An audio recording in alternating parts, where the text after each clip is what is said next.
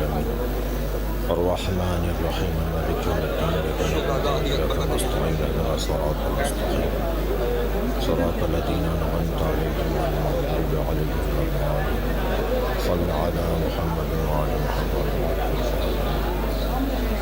أعوذ بالله من الشيطان الرجيم بسم الله الرحمن الرحيم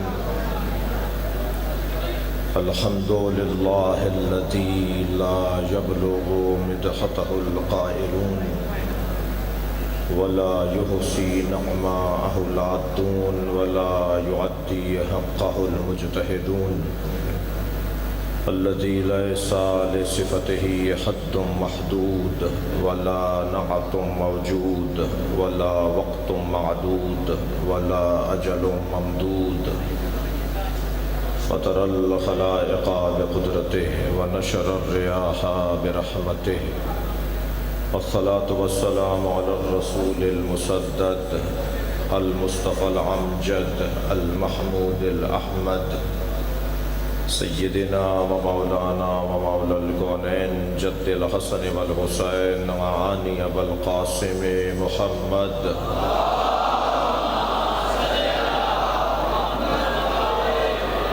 وآله الطيبين الطاهرين المعصومين الذين قال الله إنما يريد الله ليذهب عنكم الرجس أهل البيت ويطهركم تطهيرا.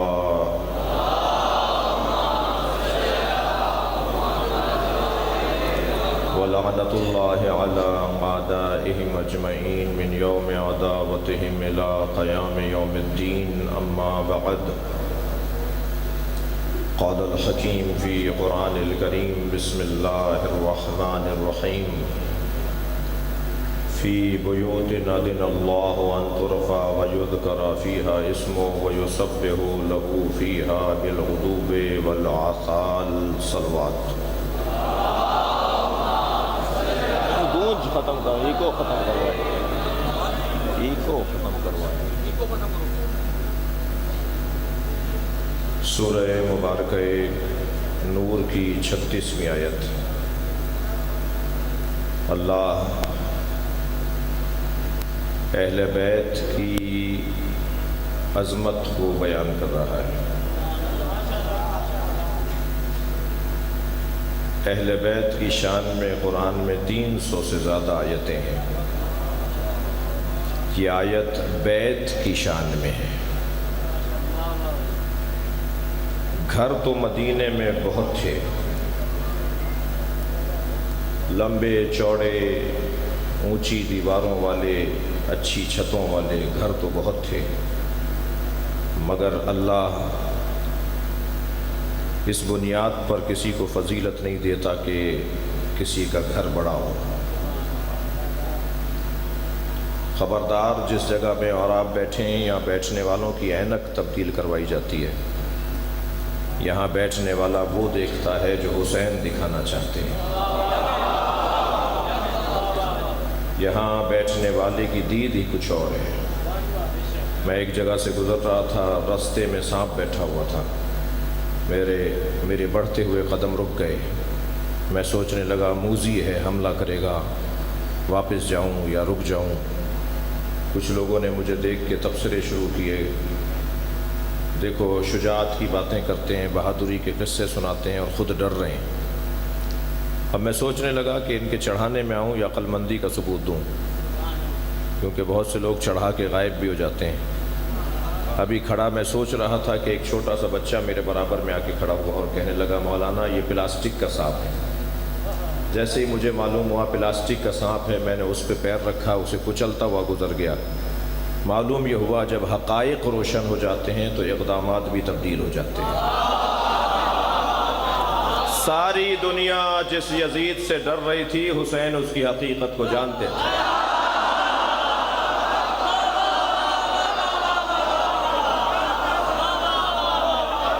یہاں بیٹھنے والوں کی دید ہی کچھ اور ہے.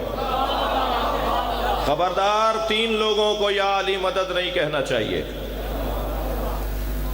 3 لوگوں کو نعرہ حیدری نہیں لگانا چاہیے. 3 لوگوں کو علی علی نہیں پکارنا چاہیے۔ پہلا بزدل،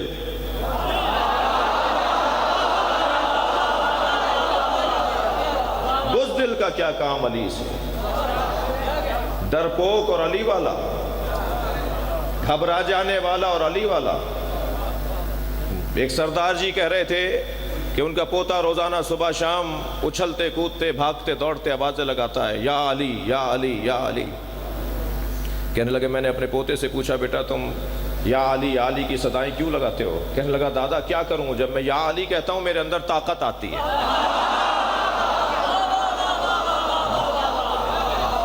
ڈرنے والا علی والا نہیں ہوتا۔ میری خوش قسمتی ہے کہ مجلس میں اکثریت جوانوں کی ہے۔ میں ان بچوں کو اور ان جوانوں کو ایک نصیحت کروں گا، خبردار خوف اور علی ولی اللہ، ان دونوں چیزوں کا جوڑ نہیں ہے۔ یہ مت پوچھو کہ کب تک مارے جائیں گے، جب تک تمہارے چھتوں پہ علم لگے ہوئے ہیں مارے جاؤ گے۔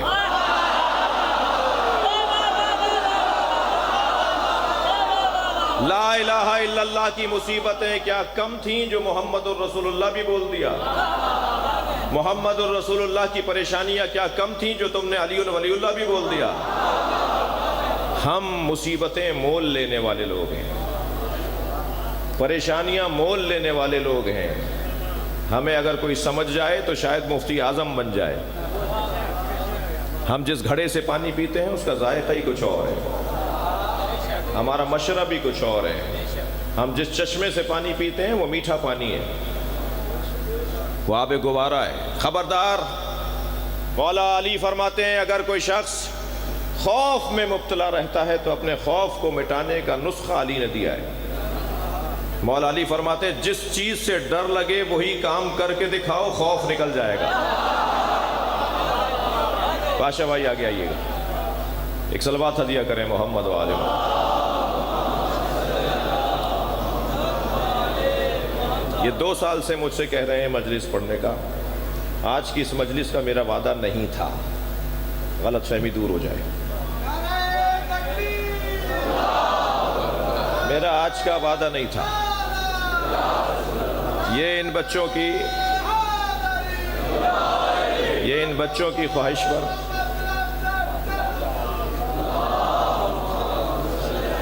بادشاہ بھائی مجھے 2 سال سے کہہ رہے تھے، میں نہیں حاضر ہو سکا، اس لیے آتے وقت میں نے ابھی ان سے اجازت مانگی ہے کہ میں آ جاؤں ناروال میں۔ ان بچوں نے وعدہ نہیں لیا تھا، مگر بی بی کا ذکر اور مولا کا ذکر، نوکری کے لیے آیا ہوں۔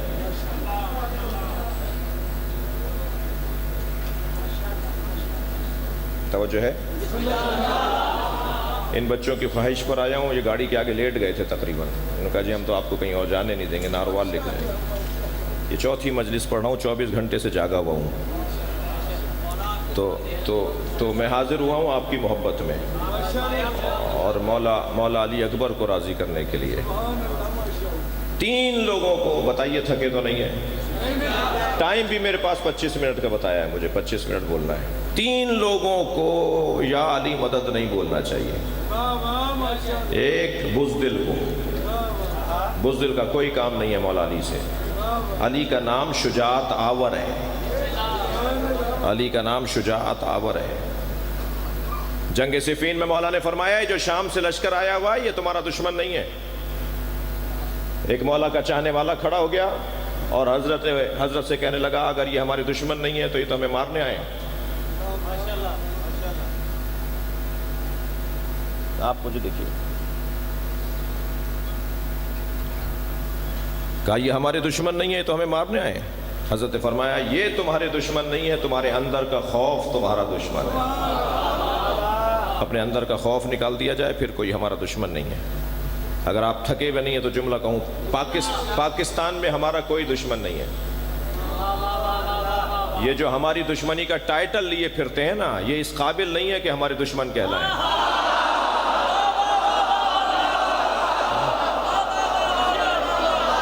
ہم سے دشمنی کرنے کے لیے قابلیت چاہیے، اہلیت چاہیے۔ اتنا بے وقوف ہے پاکستان میں ہمارا دشمن کہ یہ ہمیں مار کر مسترب ہے، ہم مر کے مطمئن ہیں۔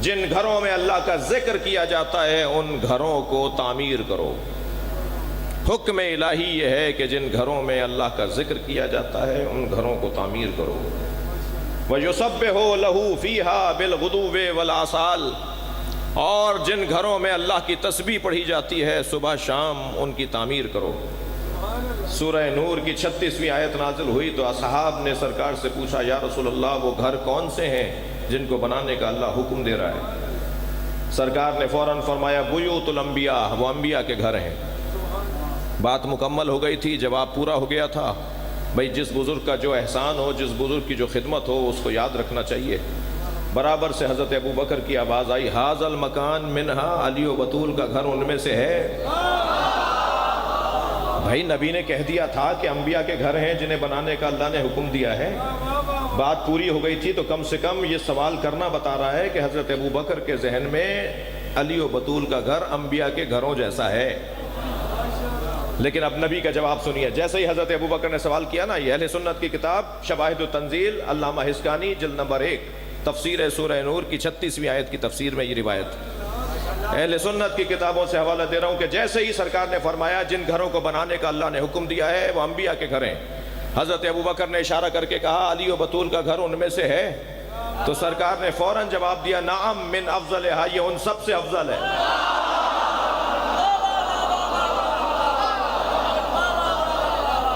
علی و بطول کا گھر انبیاء کے گھروں سے افضل ہے، تو علی و بطول انبیاء سے افضل کیسے نہیں ہوں گے؟ جب گھر ان کے گھروں سے افضل ہے تو اس میں کون سی پریشانی کی بات ہے کہ شیعوں کا عقیدہ یہ ہے کہ مولا علی تمام انبیاء سے بعد از مصطفیٰ، سرکار دو جہاں کے بعد، سرکار دو جہاں کے علاوہ، خاتم الانبیاء کے علاوہ مولا علی تمام انبیاء سے افضل ہے۔ اس میں کیا پریشانی کی بات ہے؟ مولوی صاحب سے پوچھا جی یہ حدیث آپ کے ہاں ہے یا نہیں؟ علماء امتی افضل من انبیاء بنی اسرائیل، سرکار نے فرمایا میری امت کے علماء انبیاء بنی اسرائیل سے افضل ہیں۔ کہنے لگے ہاں جی حدیث ہے۔ ہم نے کہا یہ کس کی شان میں آئی ہے؟ تو اپنے ریش مبارک پر ہاتھ پھیرتے ہوئے فرمایا ہماری شان میں تو آئی ہے۔ یعنی اگر مفتی صاحب کی شان یہ بیان ہو جائے کہ وہ انبیاء بنی اسرائیل سے افضل ہیں تو عین اسلام، اور اگر میں کہہ دوں مولا علی انبیاء سے افضل ہے تو اس میں شرک اور کفر اور توہین اور یہ ساری چیزیں کہاں سے آئیں؟ اللہ نے اہل بیت کے گھروں کو بنانے کا حکم دیا ہے، تعمیر کرنے کا حکم دیا ہے۔ میرے بچوں اور جوانوں، مولا حسین کا گھر ہمارے گھروں سے اچھا ہونا چاہیے، امام بارگاہ کا انتظام اور انصرام ہمارے گھروں سے اچھا ہونا چاہیے۔ جب مولا کے ذکر میں خرچے کی بات آئے تو یتیموں اور بیواؤں کا فنڈ یاد نہ آئے۔ کچھ لوگ ہوتے ہیں عزاداری کو جب دیکھتے ہیں کہ وہ پھیل رہی ہے، پھل رہی ہے، پھول رہی ہے، ترقی کر رہی ہے، تو انہیں یاد آتا ہے کہ ناروال میں کچھ یتیم بھی رہتے ہیں، کچھ بیوائیں بھی رہتی ہیں، اور وہ کہتے ہیں جو اتنا خرچہ کیوں کرتے ہو، بیواؤں اور یتیموں کی طرف توجہ کرو۔ میں ان سے کہتا ہوں اپنی 2 موٹر سائیکلوں میں سے ایک بیچ دو اور بیواؤں کے لیے پیسے لگا دو۔ تمہارے گھر کے اندر جو 2 فریج ہیں ایک بیچ دو، اور 85 رستے ہیں بیواؤں اور یتیموں کا خیال کرنے کا۔ امام حسین کا ذکر تو ہر سال سے زیادہ اچھا ہوگا۔ اگر پچھلے سال میں نے 10,000 خرچہ کیا تھا اور اس سال میں 20 کر سکتا ہوں تو 20 سے زیادہ کرنے کی کوشش کروں، میں خرچہ زیادہ سے زیادہ کروں۔ جملہ دے رہا ہوں آپ کو پیغام کے طور پر، خبردار نظام حسینی کو مضبوط بنائیے، نظام حسینی کو مضبوط بنائیے، حسین یتیموں کو خود پال دیں گے۔ پھر کوئی یتیم نہیں رہے گا کہ جیسے غذا نہ مل رہی ہو۔ سسٹم کو مضبوط کرنے کی ضرورت ہے، اور اس سے اچھا سسٹم کہیں اور لا کے دکھائیے۔ اس وقت صبح کے کتنا ٹائم ہو رہا ہے؟ 4:15 بجے حسینی مدرسے کی کلاس لگی ہوئی ہے۔ 4:15 بجے صبح حسینی مدرسے کی کلاس لگی ہوئی ہے۔ یہ چھوٹا سا بچہ بھی آیا ہوا ہے، بزرگ بھی آئے ہوئے ہیں، ڈاکٹر صاحب بھی آئے ہوئے ہیں، انجینئر صاحب بھی آئے ہوئے ہیں، فیکٹری کے مالک بھی آئے ہوئے ہیں، ککڑی بیچنے والا بھی آیا ہوا ہے، جوتیاں بنانے والا بھی آیا ہوا ہے۔ جی یہ سب آ کر بیٹھے ہیں نا۔ فیکٹری کا مالک بیٹھا ہوا تھا، ایک شخص آگے آ کے بیٹھا، بیٹھتے بیٹھتے اس نے لات بھی مار دی اسے۔ اس نے مڑ کے دیکھا تو اسی کی فیکٹری کا ڈرائیور نکلا۔ اب کچھ سوچنے لگا کہ اس کو ڈانٹ کے بھگائے، اٹھائے کہ تم نے مجھے لات بھی مار دی، کہاں آ کے بیٹھ گئے میرے منہ پر، میرے آگے آ کے بیٹھ گئے۔ جیسے ہی اسے اٹھانے کا سوچنے لگا، فوراً حسین نے خیال ڈالا یہ تمہارا نوکر نہیں ہے، یہ میرا نوکر ہے۔ جو بھی امام حسین کی مجلس میں آ کے بیٹھے وہ امام حسین کا نوکر ہے۔ ایسی کلاس کہیں اور ہے؟ پہلو بدلنے کی جگہ نہیں مل رہی، زانو بدلنے کی جگہ نہیں مل رہی، اتنے شوق کے ساتھ ایسی کلاس کہیں اور دیکھی ہے؟ یہاں سب جوتیاں اتار کے بیٹھے ہیں نا، کوئی بھی امام بارگاہ میں جوتیاں پہن کر نہیں آیا، ایسا ہی ہے۔ ہم جو جوتیاں اتار کر آئے، کیوں؟ اس لیے کہ علی نے جوتیوں کا نام دنیا رکھا ہے۔ ہم اپنی دنیا چھوڑ کر آتے ہیں۔ امام بارگاہ لڑنے کی جگہ نہیں ہے، امام بارگاہ ذاتی مفادات کی جگہ نہیں ہے، امام بارگاہ جھوٹی لیڈرشپ کا نام نہیں ہے، امام بارگاہ ایک مجلس پر سارے سال سیاست کرنے کا نام نہیں ہے، امام بارگاہ عاجزی کا نام ہے، خاکساری کا نام ہے، انکساری کا نام ہے، فقر کا نام ہے۔ یہاں جب ہم آتے ہیں تو ہم فقر کے لیے آتے ہیں، ایسی کلاس کہیں اور نہیں ہے۔ باوضو ہو کر بیٹھے ہیں، جوتیاں اتار کر بیٹھے ہیں، قربتاً اللہ بیٹھے ہیں اور کچھ لینے آئے ہیں۔ میرے مولا حسین فرماتے ہیں من کانا بادلاً فینا فلیرحل معنا، جو اپنی ذات کی نفی کرنے کو تیار ہے وہ مجھ حسین کے ساتھ چلے۔ قافلہ حسین کا چل رہا ہے، یہ جو امام بارگاہ ہیں حسین کے قافلوں کی منزلیں، اپنی ذات کی نفی، میری اور آپ کی کوئی حیثیت نہیں ہے، ہم سے مجلس نہیں ہے، ہم مجلس سے ہیں، ہماری وجہ سے جلوس نہیں نکل رہا، ہماری حیثیت بنتی ہے امام حسین کے جلوس کی وجہ سے۔ اور اتنے بڑے مجمع میں، نمازی مجمع میں مولا علی کا کوئی سچا عاشق تو بیٹھا ہے، یا اللہ تجھے علی کے سچے عاشق کا واسطہ اس ملک سے کرونا کی وبا کو ختم کر دے، اور پھر سے اسی انداز سے عزاداری ہو اور سارے کام اور بہتر انداز سے آگے بڑھیں۔ یہ وقت بہت قریب ہے۔ دیکھیے طویل گفتگو کا موقع نہیں ہے، میں صرف اتنا کہتا ہوں آگے بڑھوں کہ ہم جہاں بیٹھے ہیں وہاں بیٹھنے والے کی دید کچھ اور ہونی چاہیے۔ یہ جو کالے کپڑے پہنے ہم اور آپ بیٹھے ہیں نا، یہ کالے کپڑے حسین کی عزاداری کی سفارت ہے۔ جب ہم بازار سے گزرتے ہیں کالے کپڑوں میں تو شہر کو پتہ چلتا ہے یہ حسین کا عزادار جا رہا ہے، تو جب حسین کا عزادار دور سے پہچانا جاتا ہے تو پھر اس کا رویہ بھی ایسا ہی ہونا چاہیے جو عزاداری کا تقاضا ہے۔ پورا شہر کہے کہ اس شیعہ کے پاس امانت رکھوا دو، وہ کھاتا نہیں ہے، فلاں دکاندار سے سودا لے لو، وہ علی کا شیعہ ہے، وہ کم نہیں تولتا، فلاں کے پاس جا کر اپنی امانت رکھ دو، وہ خیانت نہیں کرے گا۔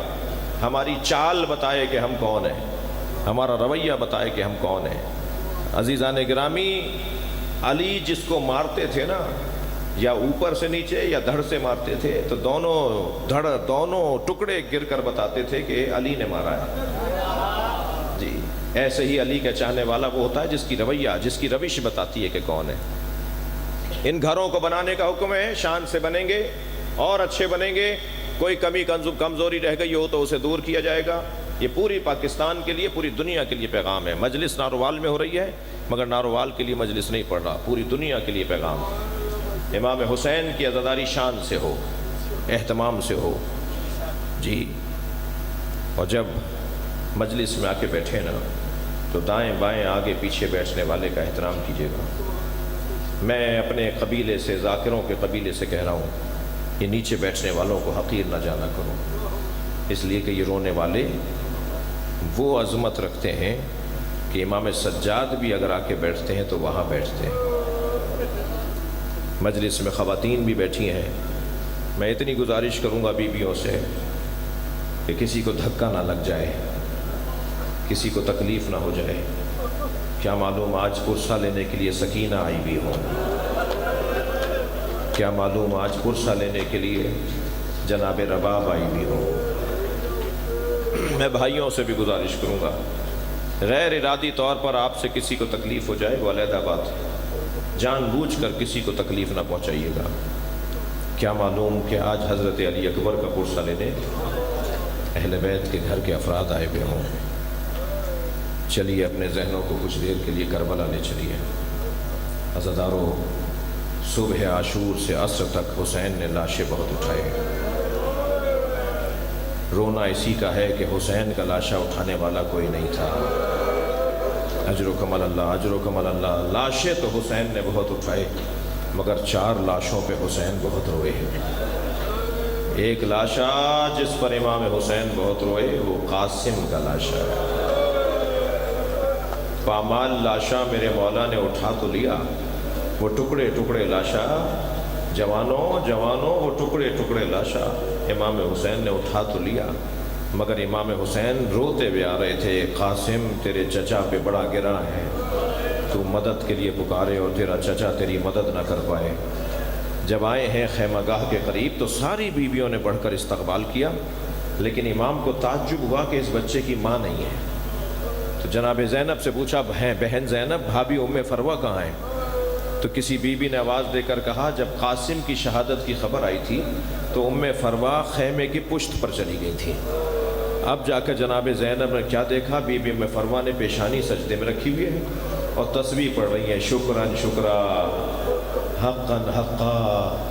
جیسے ہی تسبیح مکمل ہوئی، جناب زینب نے آواز دی، بھابھی آپ کو حسین بلا رہے ہیں۔ آئی ہیں، اپنے بچے کے لاشے کے قریب بیٹھ گئی۔ امام حسین گردن جھکائے کھڑے تھے، اپنے بچے کا پامال لاشا دیکھ کر کہا، اے مولا حسین اپنا سر سیدھا کیجئے، میرے بچے نے وفاداری کا حق ادا کر دیا، بس مجھے اس بچے کا خون بھرا کرتا دے دیجئے۔ امام نے نہیں پوچھا، بھابھی اس کرتے کا کیا کریں گی جو گھوڑوں کی ٹاپوں سے چاک چاک ہو گیا، جو خون بھرا کرتا ہے جو گھوڑوں کی ٹاپوں سے چاک چاک ہو گیا، تار تار ہو گیا۔ مگر ماں کی خواہش تھی۔ کچھ ہی دیر بعد امام حسین نے وہ خون بھرا کرتا، وہ تار تار کرتا جناب ام فروہ کو دے دیا۔ بی بی ام فروہ نے اسے اپنے خیمے میں لے جا کے رکھ دیا۔ عصر عاشور خیمے لوٹے، یہ قافلہ کوفے گیا، کوفے سے شام گیا، شام میں اسیر رہا، اسیری سے رہائی کے موقع پہ تبرکات واپس آئے۔ جب تبرکات واپس آئے تو ہر ایک بیوی نے اپنی اپنی گٹھڑی اٹھائی ہوئی تھی۔ بی بی ام فروہ نے بھی اپنی گٹھڑی سینے سے لگائی ہوئی تھی۔ یہ قافلہ شام سے کربلا، کربلا سے مدینہ آیا نا، سنیں گے تو فرمایا میرا اونٹ جنت البقیع لے جاؤ۔ جنت البقیع پہنچی، قبر امام حسن کے برابر میں بیٹھی، گٹھڑی کھولی، خون بھرا کرتا نکالا اور امام حسن کی قبر پر پھیلا دیا اور کہا، مولا آپ کے بچے نے وفاداری کا حق ادا کیا، اجرکم اللہ۔ ایک جنازہ جس پر حسین بہت روئے وہ حضرت قاسم کا لاشا ہے۔ دوسرے لاشے کا نام سنیں گے جس لاشے پر امام حسین نے بہت گریہ کیا، وہ عباس کا لاشا۔ اپنے بھائی کا لاشا نہر کے کنارے چھوڑ کر آ رہے ہیں۔ تیسرا لاشا سنیں گے، وہ لاشا چھوٹا بہت تھا مگر اٹھتا نہیں تھا حسین سے، وہ علی اصغر کا لاشا۔ کبھی آگے جاتے تھے انا للہ، کبھی الٹے پیر واپس آتے تھے رضاً بقضائہ و تسلیما لامرہ۔ عزادارو، جب جناب علی اصغر کا ذکر کیا کریں نا تو ایک سلام جناب رباب کو بھی کیا کریں۔ بڑا حوصلہ تھا اس بی بی کا۔ امام حسین فرماتے ہیں مجھے وہ گھر اچھے لگتے ہیں جن گھروں میں رباب اور سکینہ نامی عورتیں ہوتی ہیں۔ رباب نے وفاداری کا حق ادا کر دیا۔ 2 ہی تو کمائیاں تھیں جناب رباب کے پاس، ایک علی اصغر، ایک سکینہ۔ ایک کو حسین کی گود میں دے دیا، ایک کو شام کے زندان میں دفنا کے آ گئے۔ جس بچے کو حسین کی گود میں دیا نا، امیر انیس کہتے ہیں کہ بنا کر شکل مجاہد کی لے چلے شبیر، الٹ دیا علی اصغر کی آستینوں کو، اجلا سا کرتا پہنایا، امام حسین کی گود میں دے دیا۔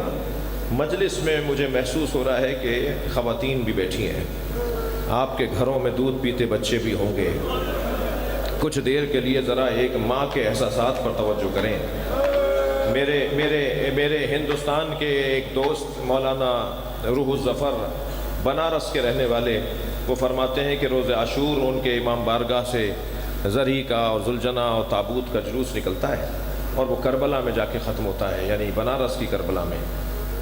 کہتے ہیں جلوس نکلا تو ہم آگے اس روٹ پر جانے لگے جس روٹ سے جلوس کو آگے گزرنا تھا تاکہ انتظامات دیکھ سکیں۔ کہتے ہیں ہم آگے بڑھے تو ایک چوراہے پر ہزاروں کی تعداد میں ہندو عورتیں کھڑی تھیں۔ کہتے ہیں جب برابر سے ہم گزرنے لگے تو ایک بات کا اور احساس ہوا کہ ہر گود میں دودھ پیتا ہوا بچہ ہے۔ ایک ہندو عورت کی آواز آئی، بھائی مسلمان لگتے ہو؟ تو مولانا نے کہا، میں نے فوراً کہا ہاں مسلمان ہے۔ کہنے لگے بتاؤ بابا حسین کا جلوس کب آئے گا؟ مولانا نے کہا، میں نے کہا تمہیں بابا حسین کے جلوس کا انتظار کیوں ہے؟ کہنے لگے تمہیں نہیں پتا آج حسین کا بچہ بھوکا مارا گیا تھا، آج ہم اپنے بچوں کو دودھ نہیں پلاتے جب تک حسین کا تابوت منزل تک نہ پہنچ جائے، جب تک تعزیہ کربلا تک نہ پہنچائے۔ عزاداروں، میرا اور ہمارا اور ہم سب کا رونا اسی کا تو ہے کہ حسین کا بچہ بھوکا مار دیا۔ اللہ کرے، میں ایک اشارہ کرنے جا رہا ہوں، اللہ کرے میری بات منتقل ہو جائے۔ جن گھروں میں دودھ پیتے بچے ہیں نا، وہ اسے زیادہ محسوس کریں گے۔ مجھے نہیں پتا شام غریبہ میں پانی کہاں سے آیا، مگر اتنا ہے کہ پانی اور کھانا آیا۔ جناب زینب نے پہلے بچوں کو پانی پلایا، پہلے بچوں کو کھانا کھلایا، اور پھر بڑوں کو پانی پلایا اور بڑی بیویوں کو کھانا کھلایا۔ جناب سکینہ کو کوزہ بھر کے جب دیا نا تو جناب سکینہ نے کہا، پھوپھی اماں آپ بھی تو پیاسی ہیں۔ بی بی نے فرمایا پہلے بچے پیتے ہیں پھر بڑے پیتے ہیں۔ بس یہ سنا، کوزہ ہاتھ میں اٹھایا، اندھیرے بیابان میں دوڑنے لگی۔ پیچھے پیچھے بیویاں چلی۔ سکینہ کہاں جا رہی ہو؟ کہا پھوپھی اماں آپ نے کہا تھا کہ پہلے بچے پانی پیتے ہیں، میرے بابا حسین علی اصغر کو پانی پلانے لے گئے، میرا بھائی پانی پینے گیا ہے، وہ پیاسا ہے، کیسے اس بچی کو سنبھالا ہوگا؟ بہت مشکل بیان ہے مقتل کا۔ اجر و کمال اللہ، اجر و کمال اللہ۔ میں ایک اشارے میں ایک روایت سنانا چاہ رہا ہوں۔ ایک مرتبہ جناب سکینہ نے پانی پیا، کھانا کھایا، پھر ساری بیویوں کو جناب زینب نے پانی دیا، کھانا کھلایا۔ ان بیویوں میں جناب رباب بھی تو ہے نا۔ جناب رباب نے پانی پیا، امام سجاد نے تاکید فرمائی اماں پانی پئیں، اماں کھانا کھائیں۔ بی بی رباب نے پانی بھی پیا، کھانا بھی کھایا۔ سنیں گے عزادارو، جن گھروں میں دودھ پیتے بچے ہیں، آدھی رات گزری تو جناب رباب اٹھ کر آئیں جناب زینب کے برابر میں، اور روتی بھی کہنے لگی مجھے علی اصغر یاد آ رہا ہے، میرا بچہ بھوکا مار دیا۔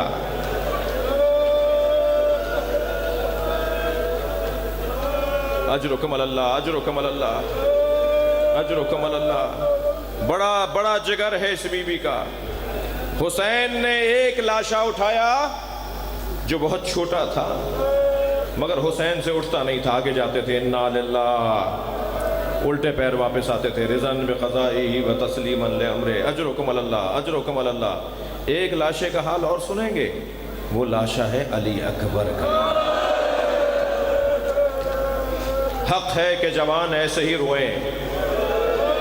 جب آپ بلند آواز سے روتے ہیں نا تو امام جعفر صادق دعا دیتے ہیں، یا اللہ یہ ہمارے عمر کو زندہ کر رہے ہیں۔ امام محمد باقر رونے والوں کے لیے مصلی بچھا کے دعا کرتے ہیں، یا اللہ یہ ہمارے عمر کو زندہ کر رہے ہیں۔ ایک اور لاشا ہے، وہ ہے علی اکبر کا لاشا۔ اللہ آپ کی جوانیوں کو سالم رکھے۔ چلیے ذرا حسین کا علی اکبر، شبیہ مصطفیٰ، آرزوؤں سے مانگا ہوا علی اکبر، منتوں سے مانگا ہوا علی اکبر، حسین کا پیارا علی اکبر۔ 3 سال کا سن تھا، امام حسین مسجد میں نماز پڑھ رہے تھے، برابر میں بیٹھے تھے علی اکبر۔ جیسے ہی نماز سے فارغ ہوئے، حضرت علی اکبر کی آواز آئی، بابا مجھے انگور چاہیے۔ انگوروں کا موسم نہیں تھا، علی اکبر مانگے اور حسین نہ دے۔ فوراً ستون مسجد کو امام حسین نے ہاتھ مارا تو ستون سے، پلر سے انگوروں کا خوشہ آ کے گرا۔ امام نے اٹھا کر کہا، علی اکبر تم بابا سے کچھ مانگو اور تمہارا بابا تمہیں نہ دے، یہ کیسے ہو سکتا ہے؟ میں رونے والوں سے سوال کر لوں، 3 سال کا علی اکبر مانگے تو حسین معجزے سے عطا کرے، یا 18 سال کا علی اکبر مانگ رہا ہے، بابا اگر مجھے چند گھونٹ پانی کے مل جاتے، اجرکم اللہ، اجرکم اللہ، بابا اگر مجھے چند گھونٹ پانی کے مل جاتے تو میں بتاتا کس علی کا پوتا ہوں، میں بتاتا مجھے کس عباس نے تربیت دی ہے۔ امام حسین نے فرمایا علی اکبر علی اکبر علی اکبر جاؤ، تمہارے نانا تمہیں سیراب کریں گے۔ عزادارو، جب علی اکبر اور امام حسین میں یہ گفتگو ہو رہی تھی نا، تو در خیمہ پہ کھڑی ماں سن رہی تھی۔ شاعر نے اسے 4 مصروں میں نظم کیا ہے۔ شاعر کہتا ہے شدت پیاس سے اکبر نے پلٹ کر دیکھا اور ماں نے خیمے کی تنابوں سے لپٹ کر دیکھا، کتنی مجبور تھی ساقی کوثر کی بہو، خالی مشکیزہ کئی بار الٹ کر دیکھا، شاید چند قطرے پانی کے نکل آئے۔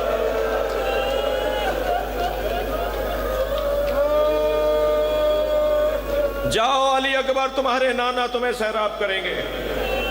حضرت علی اکبر چلے ہیں، محسوس کیا جیسے کوئی پیچھے دوڑتا ہوا آ رہا ہے۔ اب جو مڑ کے دیکھا حسین ہے، آواز دے رہے ہیں مہلن مہلا یا بنیا، آہستہ جاؤ اے میرے لال۔ فوراً گھوڑے سے اترے حضرت علی اکبر، آگے بڑھ کے بابا کو گلے سے لگایا۔ بابا، آپ نے تو مجھے رخصت دے دی تھی، آپ سے تو اجازت لے کے جا رہا ہوں۔ فرمایا کاش تم جیسا جوان بیٹا ہوتا، تب میں بتاتا کہ جوان کو مرنے کی اجازت کیسے دی جاتی ہے۔ عزادارو، علی اکبر پہنچے ہیں میدان کربلا میں۔ میرے مولا علی اکبر نے 80 سپاہیوں کو فنار کیا، اور 80 سپاہیوں کو جب فنار کیا تو آوازیں لگائی جا رہی تھیں، علی اکبر نہیں ہے، علی مرتضیٰ کی جنگ یاد آ رہی۔ میدان کربلا میں وہ جنگ میرے علی اکبر مولا نے سجائی کہ طے کیا گیا کہ علی اکبر کو گھیر کے مارا جائے۔ ایک شخص نے کہا کہ میں دور سے علی اکبر کے برچھی ماروں گا، کوئی آگے بڑھ کے برچھی توڑ دے تاکہ علی اکبر اس برچھی کے تکلیف سے گھوڑے پہ نہ بیٹھ پائے۔ میں سخت جملہ کہنے جا رہا ہوں، اللہ کرے مجھ سے بیان ہو جائے۔ میں کہوں گا اے تیر مارنے والے، اے برچھی مارنے والے، تو یہاں علی اصغر کو، تو یہاں علی اکبر کو برچھی مارے گا، وہاں ام لیلہ کو برچھی لگے گی، وہاں حسین گھوڑے سے گر رہے ہوں گے۔ خبردار، تو شبیہ ہے مصطفیٰ کو برچھی مارنے جا رہا ہے۔ ایک برچھی آ کر علی اکبر کے سینے میں لگی۔ عزادارو، آواز آئی بابا میرا سلام۔ امام حسین نے گھوڑے پر بیٹھ کر اپنے گھوڑے کو ایڑ لگائی، کچھ آگے بڑھ کر گھوڑے سے اتر گئے، آوازیں دینے لگے علی بتاؤ کہاں ہو، علی بتاؤ کہاں ہو، مجھے آواز دو میرے لال، مجھے نظر نہیں آ رہا۔ تو پیروں کے قریب سے آواز آئی بابا میں آپ کے پیروں کے قریب، اجرکم اللہ اجرکم اللہ، مجھے جلدی نہیں ہے۔ میرے مولا حسین بیٹھ گئے میدان کربلا میں، علی اکبر کے قریب آ کے بیٹھ گئے، اپنی آنکھوں سے کچھ صاف کیا، اور ایک مرتبہ کیا دیکھا کہ سینے پہ علی اکبر نے ہاتھ رکھا ہوا ہے۔ مولا نے فرمایا علی اکبر تمہارے سینے پہ کیا تکلیف ہے؟ بابا ظالم نے برچھی ماری ہے، برچھی کا پھل توڑ دیا ہے۔ ایک مرتبہ امام حسین نے علی اکبر کا ہاتھ ہٹا کر برچھی کو دیکھا، اسے جب نکالنا چاہا تو علی اکبر نے ایڑیاں رگڑنا شروع۔ علی اکبر ایڑیاں نہیں رگڑ رہے تھے، کربلا کے میدان میں زلزلہ آ رہا تھا۔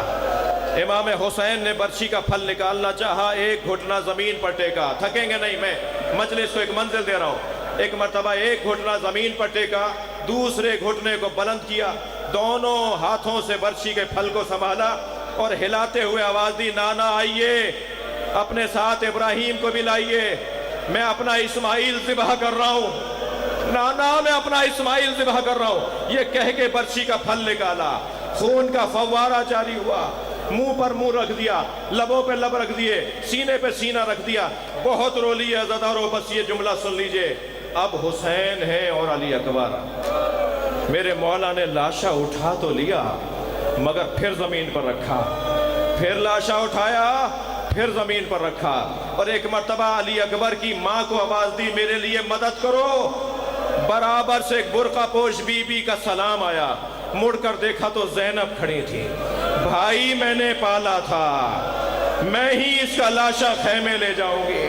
ادھر علی اکبر کا لاشا آ رہا تھا، ادھر سکینہ کا نوحہ بلند ہو رہا تھا۔ واہ مصیبتا، واہ علی اکبرا، واہ علیہ۔